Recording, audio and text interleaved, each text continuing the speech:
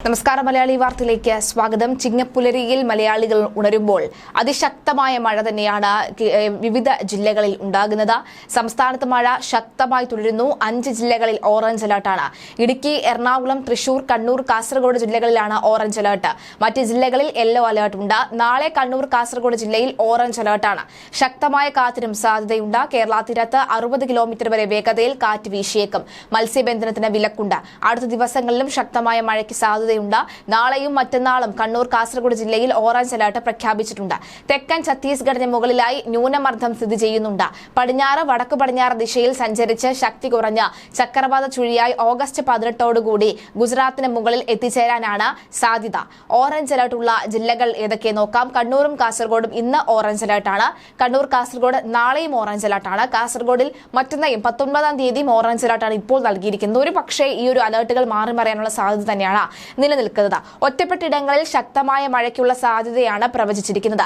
Yellow alert Thiruvananthapuram, കൊല്ലം, പത്തനംതിട്ട, ആലപ്പുഴ, കോട്ടയം, പാലക്കാട്, മലപ്പുറം എന്നീ ജില്ലകൾ കഴിഞ്ഞ ദിവസം യെല്ലോ അലർട്ട് ആണെങ്കിൽ ഇന്ന് ഇടുക്കി, എറണാകുളം, തൃശൂർ, പാലക്കാട്, മലപ്പുറം, കോഴിക്കോട്, വയനാട് എന്നീ ജില്ലകളിലാണ് ഇന്ന് യെല്ലോ അലർട്ട്. മലപ്പുറത്തും കോഴിക്കോട്, വയനാട് ജില്ലകളിൽ 18-ാം തീയതിയും അതായത് നാളെയും യെല്ലോ അലർട്ട് തന്നെയാണ്. കോഴിക്കോട്, കണ്ണൂർ ജില്ലകളിൽ 19-ാം തീയതിയും യെല്ലോ അലർട്ടാണ്. കണ്ണൂർ, കാസർഗോഡ് ജില്ലയിൽ 20-ാം തീയതിയും യെല്ലോ അലർട്ട് ആണെന്നാണ് വ്യക്തമാകുന്നത്. ഉരുൾപൊട്ടൽ, മണ്ണിടിച്ചിൽ, മലവെള്ളപ്പാച്ചിൽ സാധ്യതയുള്ള പ്രദേശങ്ങളിൽ താമസിക്കുന്നവർ അധികൃതരുടെ നിർദ്ദേശാനുസരണം സുരക്ഷിതമായ സ്ഥലങ്ങളിലേക്ക് മാറി താമസിക്കണം. നദിക്കരകൾ, അണക്കെട്ടുകളുടെ കീഴ്പ്രദേശങ്ങൾ എന്നിവിടങ്ങളിൽ താമസിക്കുന്നവരും അപകട സാധ്യത മുൻകൂട്ടി കണ്ട് അധികൃതരുടെ നിർദ്ദേശാനുസരണം മാറി താമസിക്കേണ്ടതാണ്. ദുരന്ത സാധ്യത പ്രദേശങ്ങളിൽ താമസിക്കുന്നവർ നിർബന്ധമായും തങ്ങളുടെ പ്രദേശത്ത് ക്യാമ്പുകൾ തുറന്നു എന്ന് ഉറപ്പാക്കേണ്ടതും പകൽ സമയത്ത് തന്നെ അങ്ങോട്ട് മാറി താമസിക്കേണ്ടതുമാണ്. ഇതിനായി തദ്ദേശ സ്ഥാപന റവന്യൂ അധികാരികളുമായി ബന്ധപ്പെടാവുന്നതാണ്. ശക്തമായ കാറ്റിന് സാധ്യതയുള്ളതിനാൽ അടച്ചുറപ്പില്ലാത്ത വീടുകളിൽ താമസിക്കുന്നവരും മേൽക്കൂര ശക്തമല്ലാത്ത വീടുകളിൽ താമസിക്കുന്നവരും പ്രത്യേക ജാഗ്രത പാലിക്കേണ്ടതാണ്.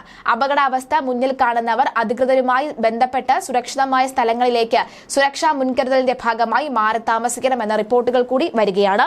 നിലവിലെ സാഹചര്യങ്ങളിൽ ശക്തമായ മഴ തന്നെയാണ് അറിയിക്കുന്നത്. ന്യൂനമർദ്ദം ഉണ്ടാകുന്നു എന്നാണ് മനസ്സിലാകുന്നത്.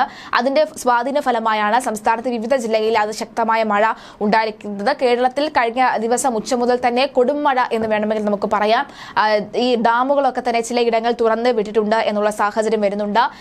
ഇനിയും വരുന്ന ദിവസങ്ങളിലും 5 ദിവസത്തേക്ക് ശക്തമായ മഴ തന്നെയാണ് ഉണ്ടാകാനുള്ള സാധ്യതയുണ്ട്. വിവിധയിടങ്ങളിൽ ഡാം തുറന്നു വിട്ടിട്ടുണ്ട് എന്ന് മനസ്സിലാകുന്നു. മഴവെള്ളപ്പാച്ചിൽ ഉണ്ടാകാനുള്ള സാധ്യതയുണ്ട്. മാത്രമല്ല ഓണ വിപണിയെ ലക്ഷ്യമിട്ടുകൊണ്ട് തുടങ്ങിയ പല കൃഷിയും, പൂക്കൃഷിയുണ്ട്, ചെണ്ടുമല്ലി കൃഷികളുണ്ട്, തുടങ്ങിയ പല കൃഷികളും നാശത്തിന്റെ വക്കിലേക്ക് മാറുന്ന സാഹചര്യം കൂടിയുണ്ട്. അതായത് ശക്തമായ മഴയിൽ കൊമ്പൊക്കെ ഒടിഞ്ഞു പോകുന്ന ഒരു സാഹചര്യം, ഇതിന്റെയൊക്കെ തന്നെ വളർച്ചയെ മുരടിപ്പിക്കുന്ന സാഹചര്യം തന്നെ ഉണ്ടാകുന്നുണ്ടെന്നാണ് മനസ്സിലാകുന്നത്. എന്തായാലും കർഷകർ ഈ മഴയെ ഭയക്കുന്നുണ്ടെന്ന് വ്യക്തമാകുന്നു. എന്തായാലും പുറത്തിറങ്ങുന്നവർ ജാഗ്രതയോടെ മാത്രം പുറത്തിറങ്ങുക. കാരണം അതിശക്തമായ മഴയാണ് വരാൻ പോകുന്നത്.